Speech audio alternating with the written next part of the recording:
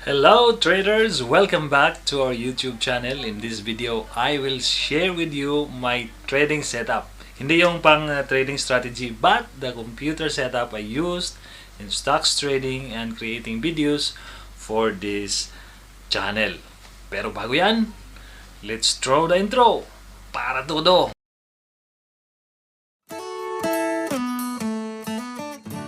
This setup was not built overnight. This is an accumulation over time.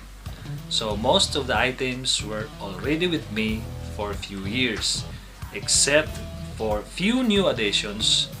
Okay, so this video is not sponsored by any of the brands I mentioned. However, I provided links to all the items in the description box below. So if you click the link and buy any of these items, I will earn a little commission at no additional cost from your end. The first item in this setup is the white table that I use right now. So I bought this table from IKEA for less than 10 dinars in 2019. So this table has adjustable legs where I can adjust the height I want. But this is manually adjusted. This is not the super duper electronically controlled height adjusting table, which is something expensive. So dito lang tayo sa medyo mano-mano lang. So now let's go to the monitor I used. Currently, I used a 27-inch HP as my primary monitor, and this is a gift coming from a friend that cost around $200 brand new. Anyway, the next setup is the mouse and the keyboard, which I currently use, which is a Microsoft keyboard, which I bought some 5 years ago, but still working fine for me. So next up is one of the most important setup with regards to creating videos is, of course, the camera that I use right now. So I'm using a Canon 250 DSLR camera. It is connected through a capture card, which is a small gadget that can turn any camera into a webcam. So I love this camera because I can also use it not just as the webcam when recording tutorials, but I can also use it as a vlogging camera because it has a flip out screen wherein I can see myself while recording a video. So next up is my audio setup, which is equally important as the video setup.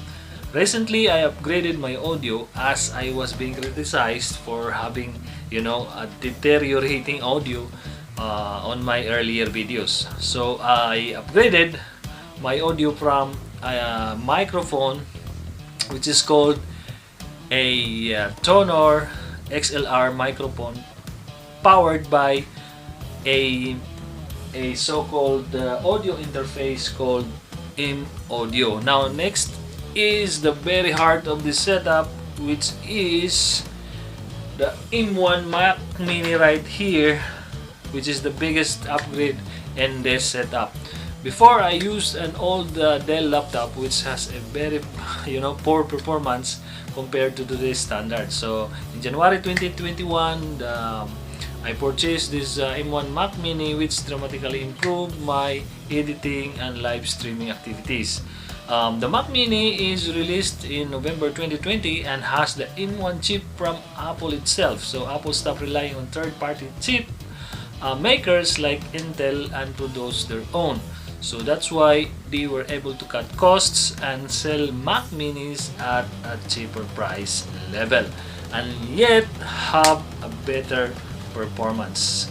Now let's proceed to the accessories I used in my setup.